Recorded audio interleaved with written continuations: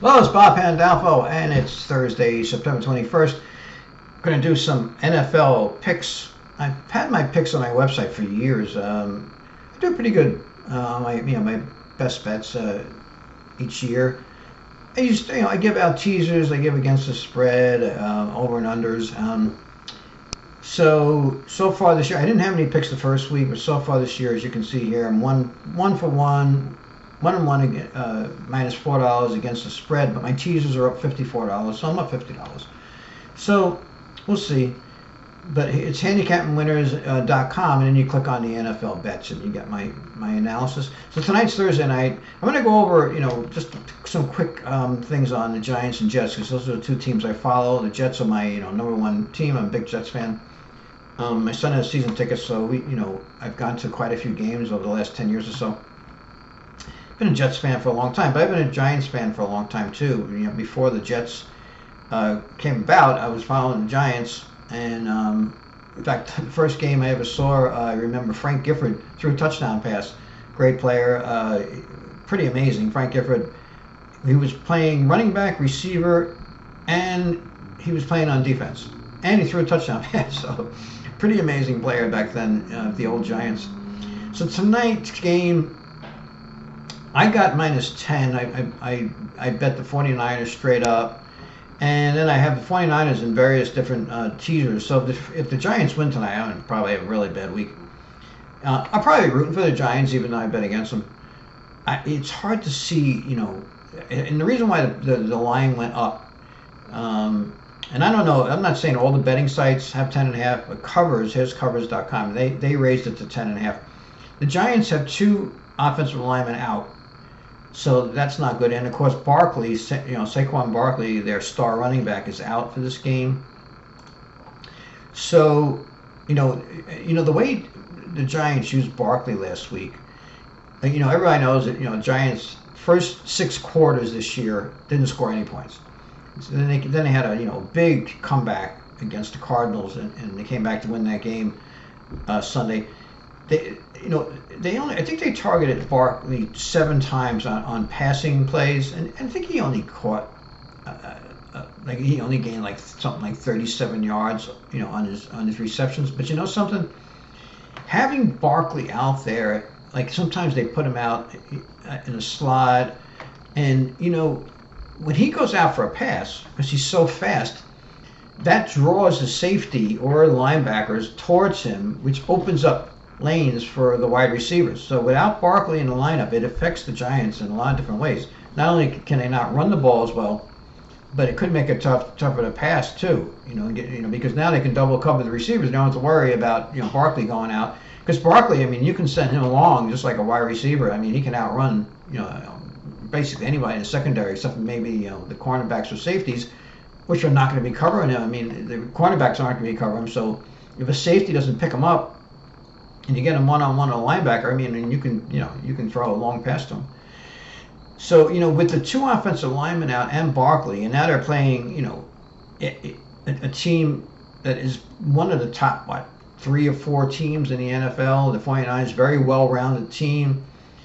They have a good defense and a good offense. Some, great running back, McCaffrey. And they're playing, they had to go to San Francisco to play this game. So I don't know. It's tough to see the Giants winning this game. 10 points is a lot. 10.5 points is a lot in the NFL. Like I said, I laid 10 points yesterday. But we'll see. As far as the Jets this weekend, let's just look at the line here, what it is now. So the Jets are 2.5 points. They're getting 2.5 points in New England. New England's beaten the Jets 14 times in a row. And 4 times Zach Wilson has started against him, and he's played really badly. Really badly. The last 2 times he played New England, he looked like he was completely lost. I can't remember if they intercepted him 4 times, was it, or it could have been 5. It may have been 5. I don't know. It's just he seems almost psyched out against New England. The thing is, the Jets have more talent than the Patriots. The Jets have a better defense overall. The Patriots defense is very good, but I think the Jets defense is faster. and the Jets have faster players on offense. But of course, Mac Jones is looking pretty good. He did play well in both of these losses that the Patriots have.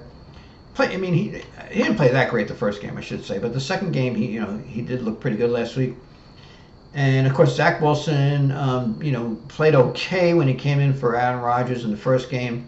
Didn't play that great last game. I mean, the thing is, statistically, Zach Wilson's the worst starting quarterback in the NFL over the 3 years of his career. I mean, it's just his stats are, just awful.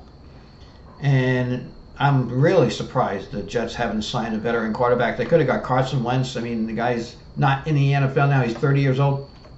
If you look at Carson Wentz and compare him to Zach Wilson, so last year he had a bad year, Carson Wentz, but he only played like 8 games. In 2021, he threw 27 touchdown passes against 7 interceptions.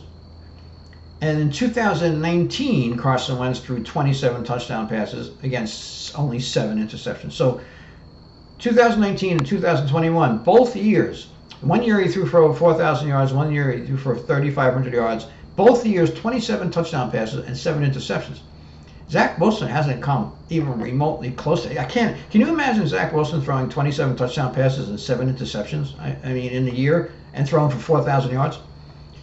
And Carson Wentz is 30 years old. I'm really surprised the Jets haven't picked him up in case, first of all, if Zach Wilson gets hurt, or if he just continues to play, mediocre. I mean, the Jets have a playoff caliber team, so we'll see. But this week I used New England only in teasers. Plus, let's see. Let's go back to my page here. New England. Where are they here? Yeah, plus 7.5 points on this particular teaser. So I may add some more picks. Right now, I have the Packers -2, and I have the 49ers -10, and then I have a few teasers, and I have some money line parlays. Again, it's on handicapandwinners.com. You click on the NFL link bets. The other game that I picked so far, and I may add some, is the Packers -2 at home. This is a good matchup. The Saints have a solid defense. They've had a good defense now for the last few years, and their defense looks good again this year. But their offense looks dysfunctional. They got Derek Carr. They signed him. He hasn't looked that good. He might work his way into the system, and he may end up start playing well. But right now, the Saints' offense looks dysfunctional. They're going against a solid Packers defense, and I think that the reason why I like this game is I think the Packers' offense is ahead of where the Saints' offense is. So, you have two pretty good defenses. The Packers can bring some pressure. I think overall the Saints' defense is probably better, but I just have more confidence in the Packers' offense, and I think -2. I think is I think it's a pretty good bet. So anyway, we'll see. Now tonight we have the Giants, and we'll see what happens in that game. But if 49ers lose to the Giants, they're going to lose a number of bets this week. But anyway, this is Bob Pandolfo. This is my NFL best bets here on my website. Thanks for listening, and I may have some more picks as I go over the rest of the lines. I may update this again on Saturday, Sunday, but right now I do have a number of different picks on my NFL picks this week. Thanks for listening, and remember, sign up for my page.